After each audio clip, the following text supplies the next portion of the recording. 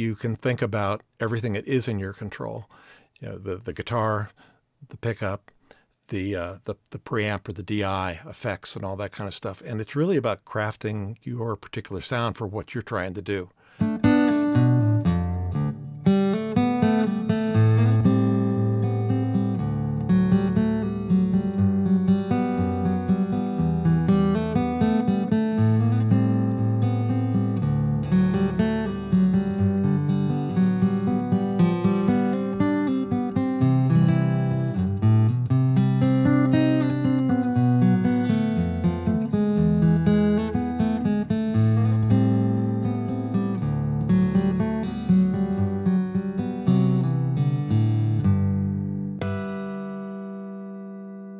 Why should I plug in my acoustic guitar?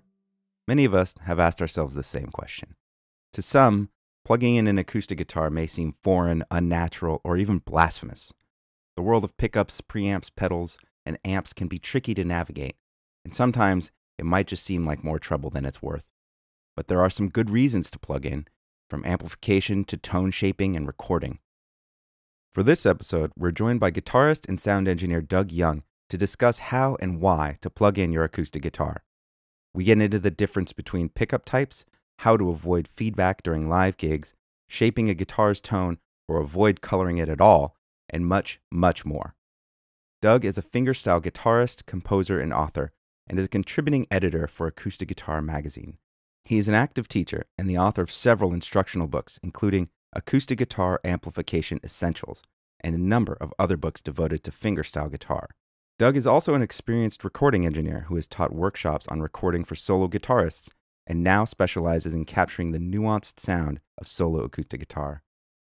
And now, here's our conversation with Doug Young, with hosts Nick Grizzle and Elton Bradman. Let's just jump in with why plug in. We've got this acoustic instrument. It projects well.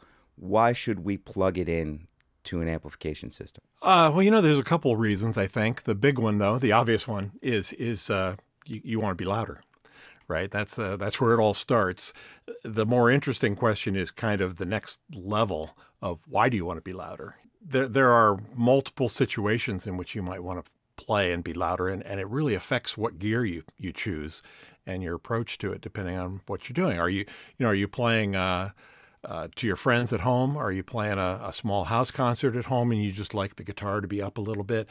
Are you trying to match the level of your voice? Some people are loud singers and the guitar actually might be overwhelmed. And then there's all the way up to, you know, playing in a rock band in an arena. And those are all very different scenarios.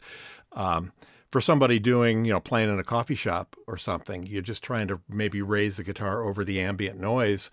But in some places, you could actually play unamplified and be heard just fine.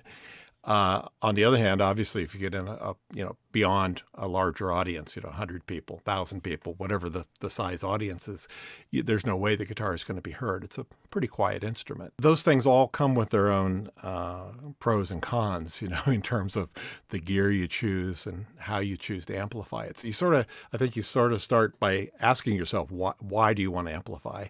And then in what situation, and go from there. Mm-hmm. There's other situations, that have nothing to do with louder. I mean, maybe you want to play through effects. Maybe you want to use a looper. Maybe you just like the sound of lots of reverb on your guitar. You'd like to basically enhance the sound in some way.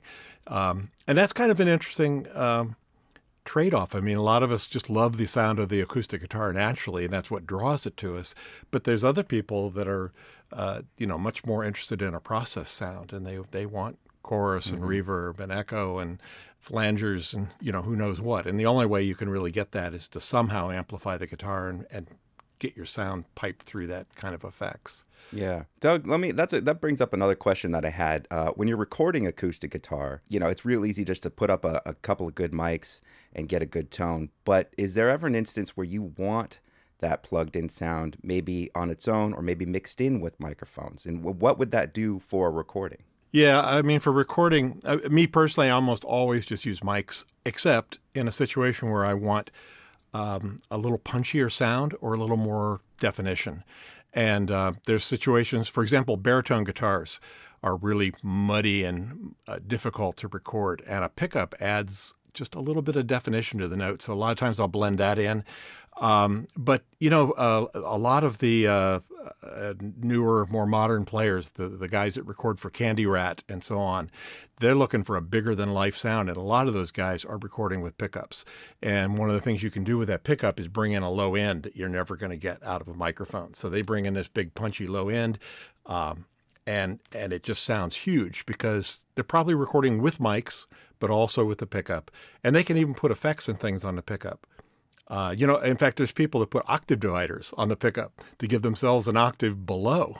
And now you've got, you know, you can like be doing a walking bass on your sixth string and playing higher stuff on it. And you can only do that really with a pickup, unless you were to do it in some kind of post-processing. But really the pickup gives a pure direct signal that even on the recording, I think is more amenable to that kind of processing than the mic sound. Mics tend to have, you know, air and the room sound in, which is a great thing. That's the acoustic sound, but it may not work so well if you're trying to feed it through, you know, something like an octave divider or octave pedal. Doug, can you just introduce us to the three different types of pickups? Yeah, I'd say there's really four fundamental ways to amplify a guitar. One's the mic. And then the other three, which amazingly have not changed over 100 years or something, really. There's magnetic pickups, which is the same thing that you have on electric guitars.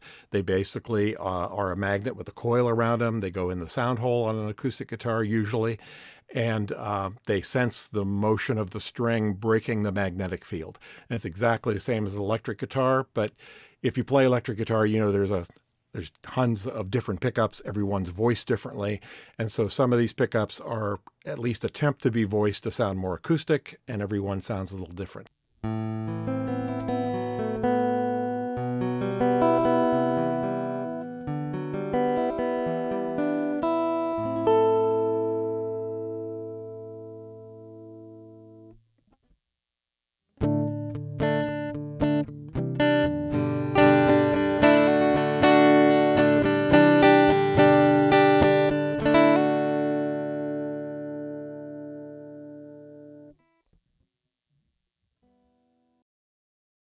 Then the other type of pickup is the under saddle pickup, and that's usually a little strip of you know, piezoelectric material that creates a voltage when it's pressured, and you put that under the saddle of the guitar. As the strings vibrate, it reproduces the sound of the strings.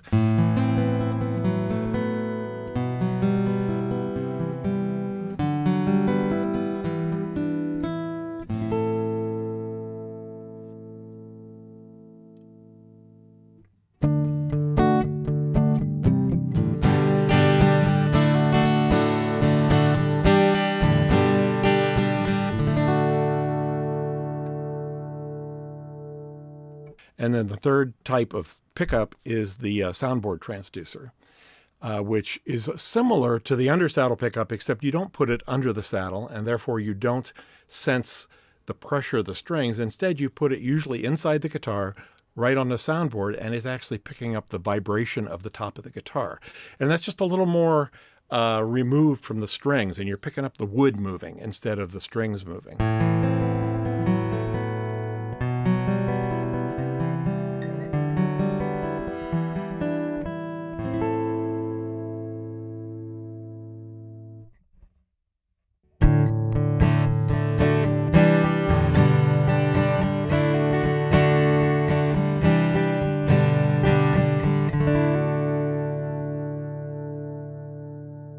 And each of those have trade-offs and pros and cons depending on your situation. They have they sound different, they respond differently to your playing, and they definitely have different feedback characteristics, which has a big role.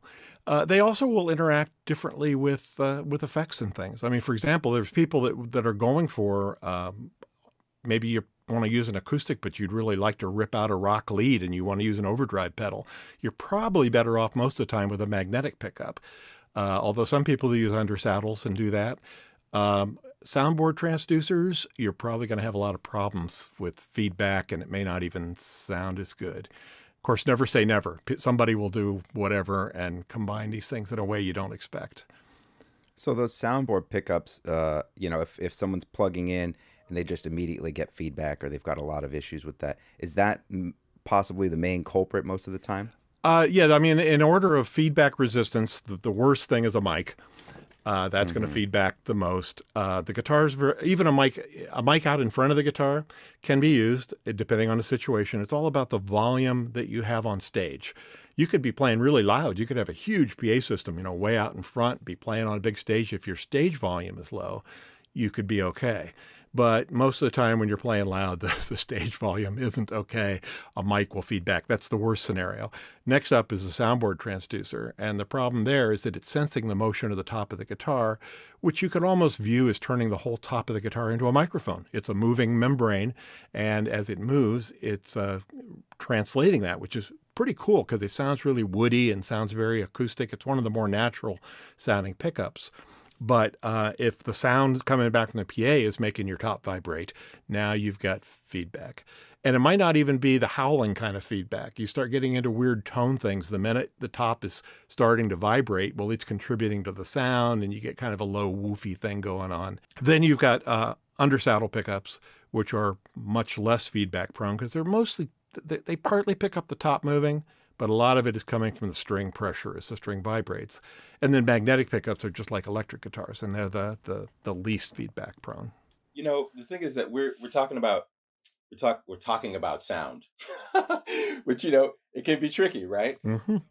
So when you listen to an acoustic guitarist who's plugging in, do you have a basic idea right off the bat whether they're using one of those three types? And I'm curious if, for example, if I say Leo Kottke or Neil Young, do you say, oh, that guy likes to use this kind of pickup and that's part of the sound that we love from them? It depends because you can be easily fooled, like with any of these things. I think the easiest one to pick out is a magnetic pickup. It's got an electric sound. It's a very direct sound. It's very different. Usually if somebody's using a magnetic pickup, you can hear it right away. The others can definitely fool you depending on a situation. With players, it's hard because I know what those guys use, so I can't separate it out. I actually have an interesting experience with Leo Kottke. I went to see him here a few years ago, and the first song he started out, and I just went, oh man, that electric guitar sound. How am I going to sit through this concert? It just sounded very electric, very bad, and I don't know if the sound man maybe had made some adjustments, but I actually think my ears adjusted. And by the end of the first song, instead of that feeling, I was going, oh my God, this is Leo Kottke. It sounds just like Leo Kottke. It sounds great, And so my ears adjusted to that sound. And he was using a Sunrise, which is what he has typically used, Sunrise magnetic pickup. And I just thought it sounded awesome for the rest of the show. So yeah, it's sometimes your first impression, your ears, like you said, that can fool you. Yeah. Because it's different, you go, no, I don't like it. It's different. And then maybe let it settle in. You're saying, let it settle in. Really listen to it and decide. Take the time to decide if you like that sound or not, And the player can play to the pickup too. I mean, I assume Leo has been playing to the Sunrise for so long that he's already adjusted. But if you pick up a different guitar with a different pickup, you can adjust your technique to play to that sound a little bit. That's a problem we all have when we play. It's not just the pickup, it's the whole sound system. Especially you walk into a gig where it's not your sound system, you don't know what you're going to get. And the sound can be really bad or it can be really great. You hope for the great, but really expect the other. I saw a fabulous demo at a workshop by Ed Gerhard one time. He said, okay, I'm going to show you how I deal with a bad sound system. And he had I forgot what he was playing through, a Fishman solo amp or something like that. He turned all the bass off, turned all the treble up, turned the drive up so it was distorting, and then he wove a piece of paper through his string so it was rattling while he played.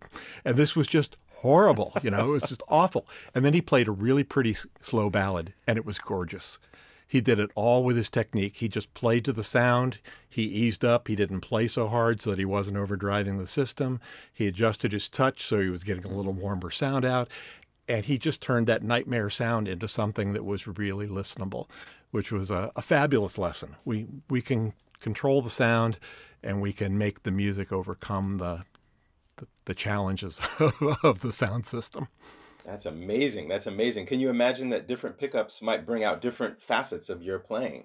Oh, for sure. I mean, just little things. String squeaks are going to come out differently on different pickups and so on. Magnetic pickups probably pick up the least of that. And whereas the soundboard, well, actually the undersaddle probably picks up the most because you're directly in contact with the strings. Since we're still talking about live, I wanted to touch on things like DI boxes, preamps, tone enhancers, that kind of thing for live playing.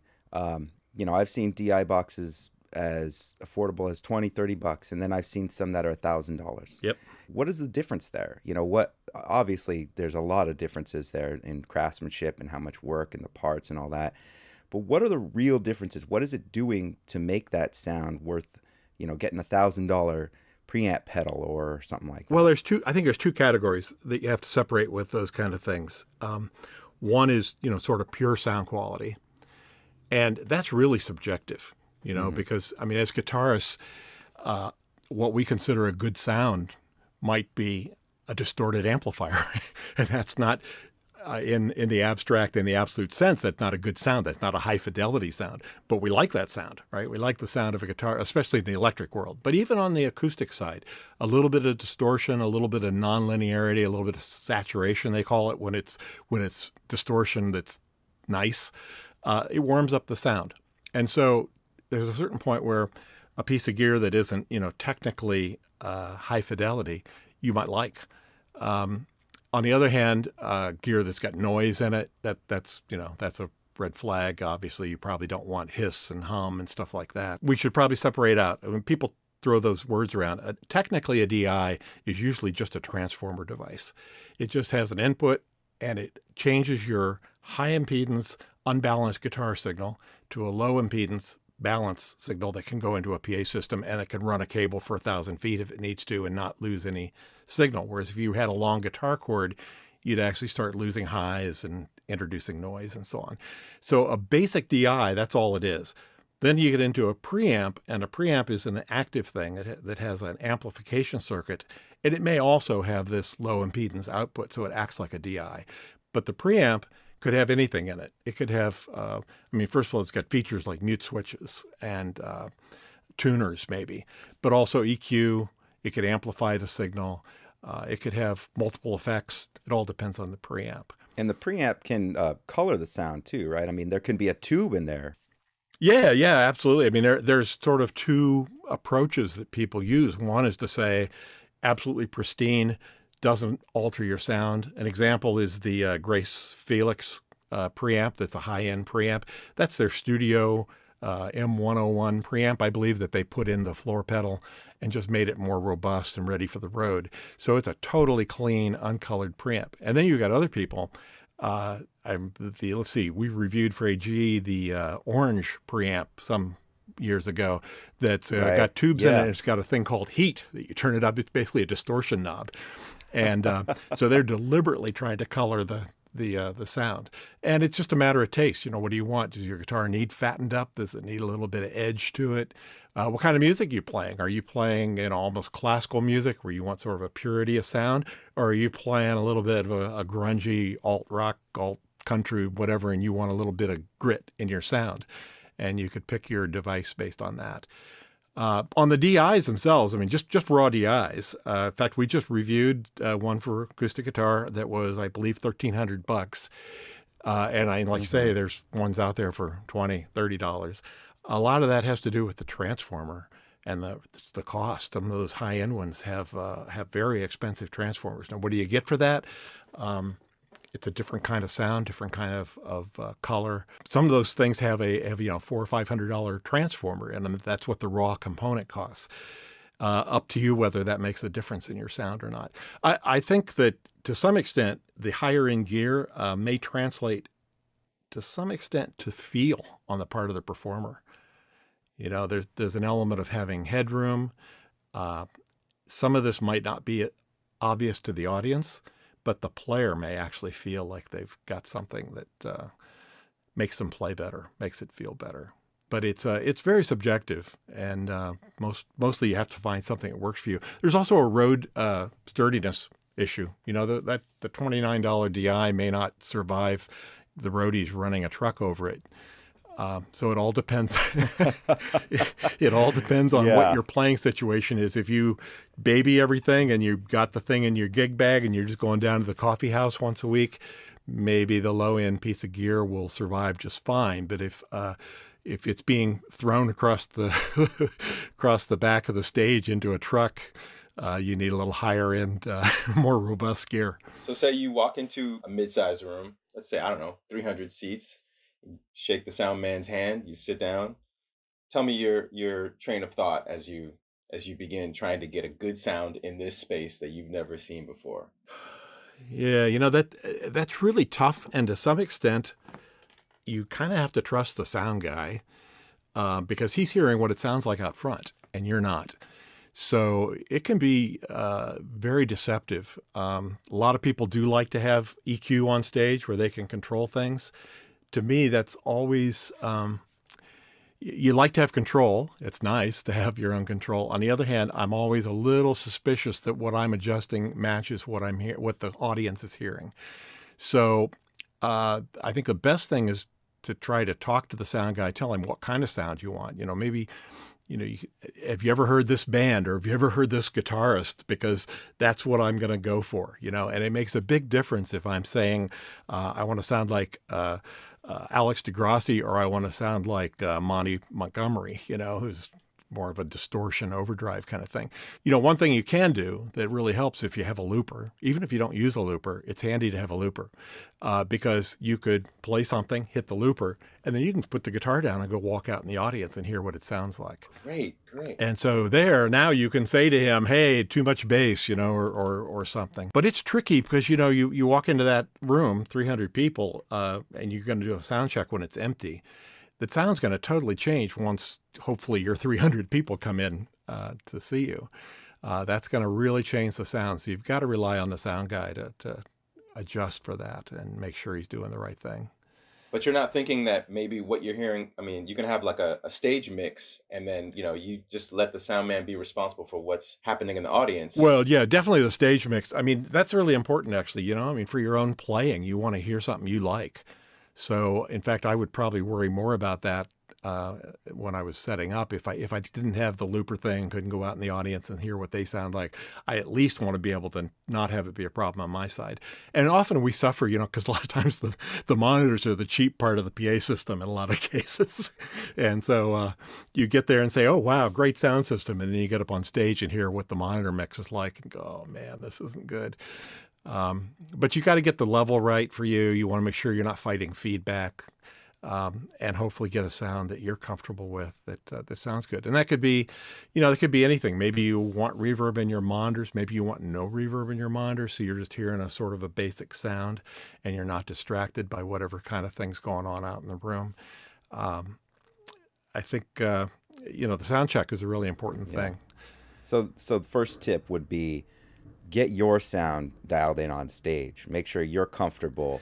So when you actually are performing, that you're feeling it. You're in the moment. You're not worrying about what it sounds like out there because you're hearing what you need to hear to play what you need to play. Yeah, I think, at least for me, I think that's the most important thing. I'm not going to play well if I don't think I sound good. And you want to not be worrying about that when you're playing. You got to worry about what notes to play and giving your best performance, not the whole time thinking, oh man, it sound really bad.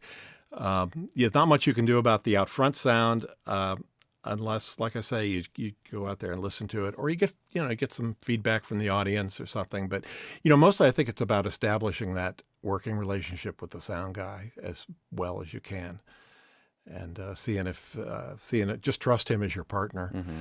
It doesn't always work out. I had a mentor tell me years ago that he told me that every time he walked into a venue, he took a 50 and just gave it to the sound man. Just kind of like palmed it, like, I know you've heard 1,000 bands. I know you're tired. I know this is not your priority, but I just want to let you know I respect you, and please don't press the suck button. Yes, yeah.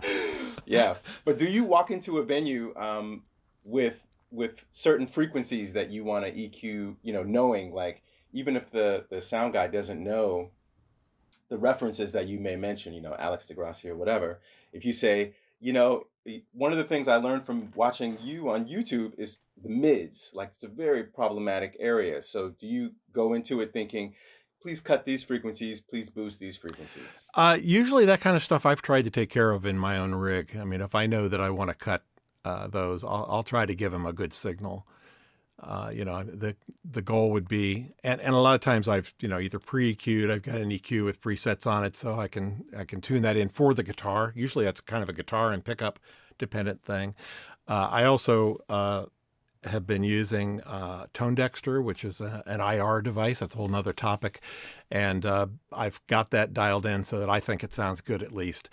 And then, so I'm hoping, the ideal scenario is I go into a room, it's got great acoustics, they got a nice, flat, high fidelity sound system. I say, this is going to work because I'm giving you a good sound. The reality is it's probably not, and you just have to listen. A lot of times you do cut the mids. The low mids are where you get feedback problems. It's kind of ironic for me, since I play fingerstyle and I'm doing solo instrumental stuff. Those low mids are kind of the part that I like. They're the warmth and the thing that I want, but they are problematic live, and it's where the feedback comes in. So a lot of times you have to cut them a bit. That's the part I can control in advance, is to try to figure out if I'm giving you a sound that just sounds good. If you set everything flat, it should sound good, and then the guy can adjust for the room, which is the real hard part. How did you become the acoustic amplification guy? Was it just trial and error? I used to play electric guitar long ago. I got more interested in acoustic, I don't know, 20, 25 years ago now. Time flies. And right off the bat, I started saying, wow, how come other people sound good and my guitar doesn't? And so really it was just a search. I mean, like I said, the pickup test thing that a lot of people know about. I've got the site with over 100 different tests of pickups now. That was just my search. I started trying pickups, going, well, this one sucks, and I was just trying them all, and pretty soon I had a big box full of pickups, like a lot of us have. And for some reason, I decided I'd record them and show people what they sounded like.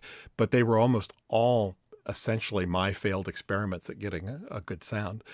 And it took a long time to just try to figure out what would sound good to me. And I still am not. I mean, never will a pickup, I don't think, match the sound of a mic in a studio for the sound I want. It's a compromise at best. But over time, I found a handful of pickups that work for me, which might not be the same thing that work for other people. And it's just trial and error, trying those things out. Same thing with recording. On the recording front, I spent a lot of time learning to record. I started with really simple stuff, cheap stuff, because you don't want to spend a lot of money when you don't know what you're doing. And I'd compare it to other people's recordings. And I spent some time going into other studios, recording in professional studios and seeing what they did. And you go, oh, look where he puts the mic, and listen to how this room sounds when I'm in the room. And so and look what he did when he mixed it. Look how he added reverb. Look what that's really eye opening. Even things like editing. First couple of times I saw a good engineer editing a tune, it was eye opening. I went, you mean I don't have to play it perfectly all the way through? You can just go in and fix little parts, and it felt like cheating. And then I realized everybody does it. So, and it takes a lot of the pressure off. It's ironic, I think, that when sort of off the topic of live sound, I guess, but when recording and editing, it actually takes the pressure off and lets you play better. Because instead of sitting there nervous on pins and needles, hoping you don't make a mistake, you can focus on, let's play musically. And if I screw up in one spot, oh, well, I can try it again. And you start piecing together a few performances, hopefully not too many, where you played musically and put them together, instead of having to take that one take that really felt bad, but you didn't make any glaring mistakes. You want the one that's the most musical. And if that means fixing a few mistakes, you do. So for me, seeing how other people did that was part of the learning curve. And then just trying lots of stuff at home, trying different mics, trying different guitars. You know how that is. We're always looking for another guitar. There's got to be a guitar out there that's better than the ones I've got that'll make me sound good. That's why I'm not as good of a player. It's the guitar, right? I got to get another guitar. Yeah, exactly. Yeah, absolutely. Or another pickup, maybe. Another pickup, maybe. Yeah. You know, the bad part is when you start thinking like that, and I think we all do. I certainly do. And then I hear somebody with a really cheap guitar and a pickup that I've long since rejected is not worth using, and they sound great. So, yeah, it really makes you rethink everything you've ever done. Yep. So we started talking about this whole topic, and we said, why plug in? We said, why should you plug in this beautiful acoustic instrument? You know, it's already made to do everything we want it to do. Why plug in? I think we've got a solid list of reasons. We make it louder, right? We can change the sound if we've got some artistic viewpoint that we want to get across. You know, and in recording, you brought up this great point of recording. You don't have to play it completely perfect the whole time, and that with pickups too. You know, you can. You can have a lot of control over that as well. You have a lot of control in the mix as well. I mean, that's one of the nice things. When I'm recording guitar in the studio, I often use multiple microphones, not because I'm going to use them all, but because I want to have a choice. And it's funny because one song I'll say, oh, I like those mics on that. Next song, I'm like, no, these mics sound better. And the same thing with having a pickup track. If I do record with a pickup, it's just one more thing that when I'm mixing, and not especially when I'm self-recording, it's hard to focus on the sound. Yeah, I'm focused on what I'm playing. But then when I stop playing and I'm sitting there in front of the mixing console, I hear what I really did. And now I can go, oh, maybe if I bring the pickup in a little, maybe that'll add a little bit of something. Or maybe if I put reverb on the pickup and just use that as the reverb send. The options are endless for what you could do with that.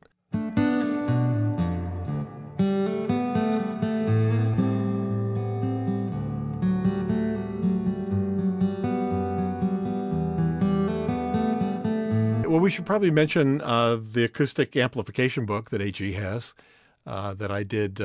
Several years ago, I recorded demos and we wrote an entire book on acoustic amplification. And the whole idea is that it was, nuts and bolts. We start from the beginning. We go through everything. We go through pickups and amps and PAs and monitor systems and effects and how to EQ. And so the book is there, and it comes, I think, with a couple hours worth of video that we shot demonstrating things.